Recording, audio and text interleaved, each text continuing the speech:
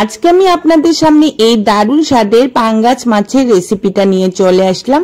ভিডিওটা শেষ পর্যন্ত দেখার জন্য অনুরোধ রইল। নমস্কার, আমি মিলিস কিচেন অ্যান্ড ব্লগে আরো একটা নতুন রেসিপি দেখার জন্য সবাইকে নিমন্ত্রণ জানানো রইল। তো শুরু করা যাক আজকের এই রেসিপি। তো দেখুন, রেসিপিটা দেখে কি লোভনীয় লাগছে না? সত্যি বন্ধুরা, দেখতে যেমন সুন্দর হয়েছে, খেতেও কিন্তু খুব দারুণ লাগে। বাড়িতেও অন্তত একবার ট্রাই করে দেখবেন আমার স্টাইলে এই রেসিপিটা, মুখী কচু দিয়ে পাঙ্গাস মাছের রেসিপিটা।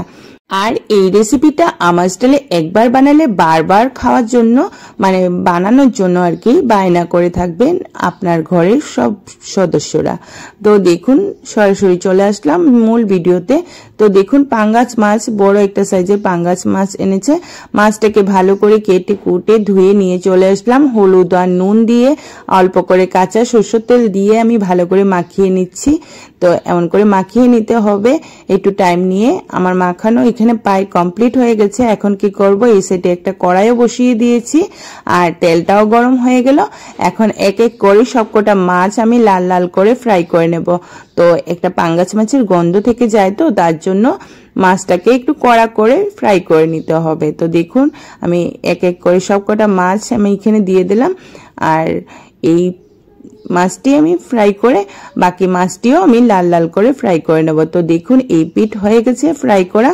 এখন ওই পিঠ করে হালকা হাতে আমি ওই পিঠ করে ফ্রাই করে নেব। তো দেখুন, আর বন্ধুরা, তোমরা যারা যারা এখন আমার চ্যানেলে এই ভিডিওটা দেখছো কিন্তু আমার চ্যানেলটাকে সাবস্ক্রাইব করনি, প্লিজ আমার চ্যানেলটাকে সাবস্ক্রাইব করে বেল বাটন দাবিয়ে নেবে। তো সবার প্রথম ভিডিও নোটিফিকেশন পেয়ে যাবে। আর ফেসবুক থেকে দেখলে আমার পেজটাকে ফলো করে নেবেন। তো দেখুন, আমি হালকা হাতে ওই পিঠ করে মাছটিকে ফ্রাই করে নেব। তো এমন করে লাল লাল করে মাছটিকে ফ্রাই করে নিতে হবে। তো এই মাছটি আমার ফ্রাই করা হয়ে গেছে, একটা থালাতে উঠিয়ে রেখে দেব। আর বাকি সবকটা মাছ আমি ফ্রাই করে নেব।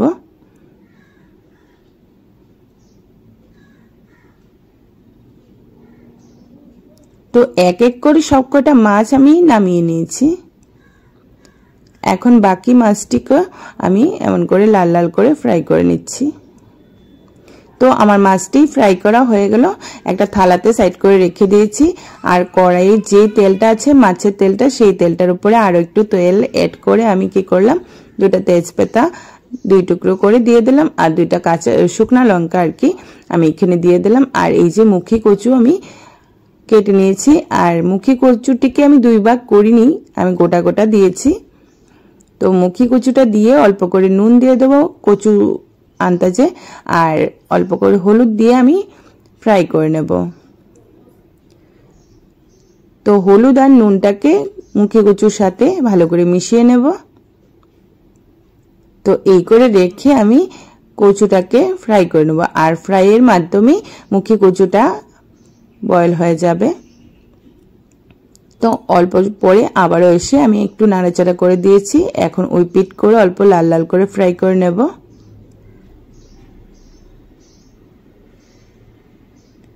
তো দেখুন, মুখী কচুটি ফ্রাই হয়ে গেছে। আর এই সময় আমি দুটো টমেটো এমন করে কেটে দিয়েছি আর তিনটা মিডিয়াম সাইজের পেঁয়াজ আমি একটু বড় বড় সাইজ করে কেটে দিয়ে দিলাম। তো নাড়াচাড়া করে আমি মুখী কচু আর পেঁয়াজ আর টমেটোটাকে ফ্রাই করে নিচ্ছি। এই ফ্রাইয়ের মাধ্যমে আমার 50% মুখী কচুটি বয়েল হয়ে যাবে, টমেটোটাও বয়েল হয়ে যাবে আর পেঁয়াজটিও বয়েল হয়ে যাবে। তো দেখুন, আমার এখানে ফ্রাই করা হয়ে যাচ্ছে। আর গ্যাসের ফ্লেমটা এই সময় অল্প কম করে রেখেছি। আর মশলার জন্য পেঁয়াজ, কাঁচা লঙ্কা, রসুন আর আদা নিয়েছি।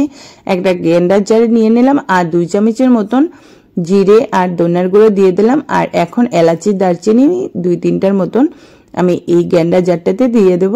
তো একসাথে আমি পেস্ট করে নিয়ে নেব। আর অল্প করে লাল লঙ্কার গুঁড়ো দিয়ে দিলাম আন্দাজ মতন। তো মশলাটি আপনারা যে যার পরিমাণ মতন ব্যবহার করবেন। তো দেখুন, মশলাটা পেস্ট করা হয়ে গেল। আর এই সেটে মুখী কচু, পেঁয়াজ আর টমেটোটাও ফ্রাই হয়ে গেছে। এই সময় আমি মশলাটি অ্যাড করে দিয়েছি। তো মশলাটিকে মুখী কচু আর টমেটো পেঁয়াজের সাথে ভালো করে মিশিয়ে নিচ্ছি। আর এই করে আমি নাড়াচাড়া করে মশলাটিকে একটু টাইম নিয়ে কষিয়ে নেব। তো মশলাটি কষানোর মাধ্যমে মানে মুখী কচুটি বয়েল হয়ে যাবে 50%।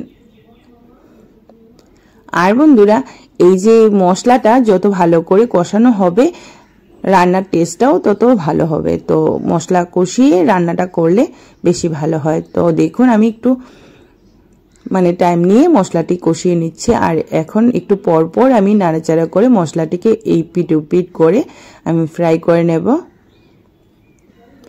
আর বন্ধুরা আমার রেসিপিটি দেখে যদি আপনাদের ভালো লেগে থাকে তাহলে আপনাদের পরিবারের সবার সাথে ফ্রেন্ডসদের সাথে আমার ভিডিওটি শেয়ার করে নেবেন, তাহলে আর কি সবাই শিখে যেতে পারবে এমন একটা টেস্টি মুখে কচু দিয়ে পাঙ্গাস মাছের রেসিপি। তো দেখুন অল্প পরে আবারও চলে আসলাম, আবার একটু নাড়াচাড়া করে মশলাটিকে ফ্রাই করে নেব।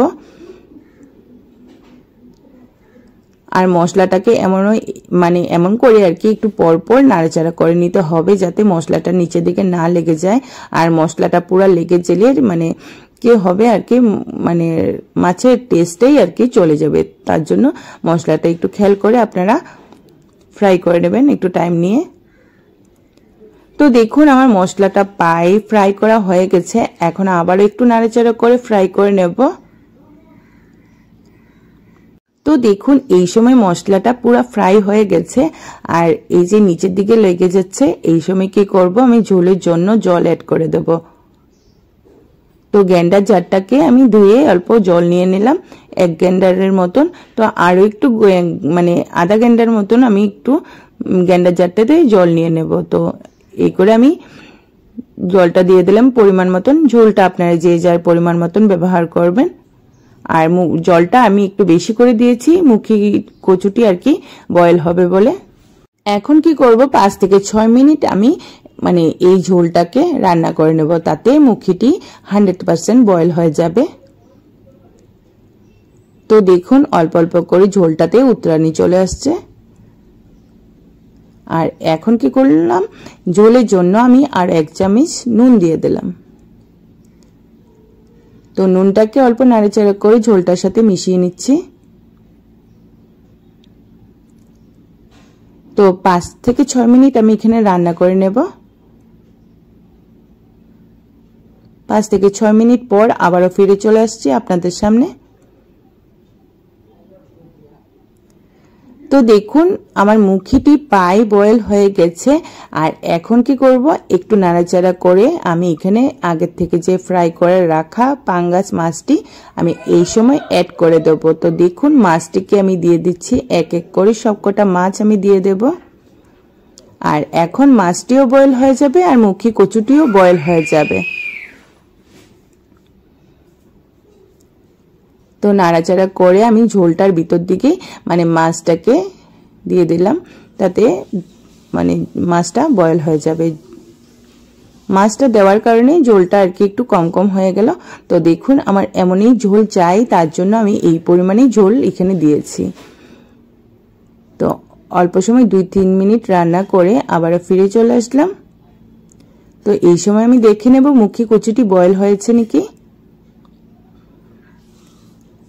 এই যে দেখুন মুখিটা পুরো বয়েল হয়ে গেছে, আমার রান্না শেষের পথে চলে আসছে।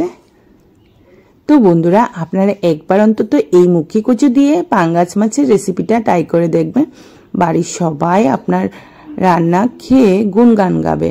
আমি এই গ্যারান্টি সহকারে আপনাদেরকে এই রেসিপিটার জন্য বারবার বলছি। তো দেখুন আমার রেসিপিটা রেডি হয়ে গেছে, এখন নামিয়ে নেব। তো নামিয়ে নিয়েছি, এই যে আমার পাঙ্গাস মাছের ফাইনাল লুক। কি লোভনীয় না? তো বন্ধুরা একবার অন্তত বাড়িতে ট্রাই করবেন।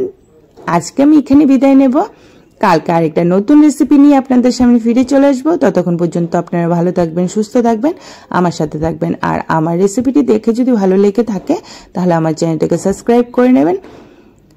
আর ফেসবুক থেকে দেখলে আমার চ্যানেলটাকে ফলো করে নেবেন।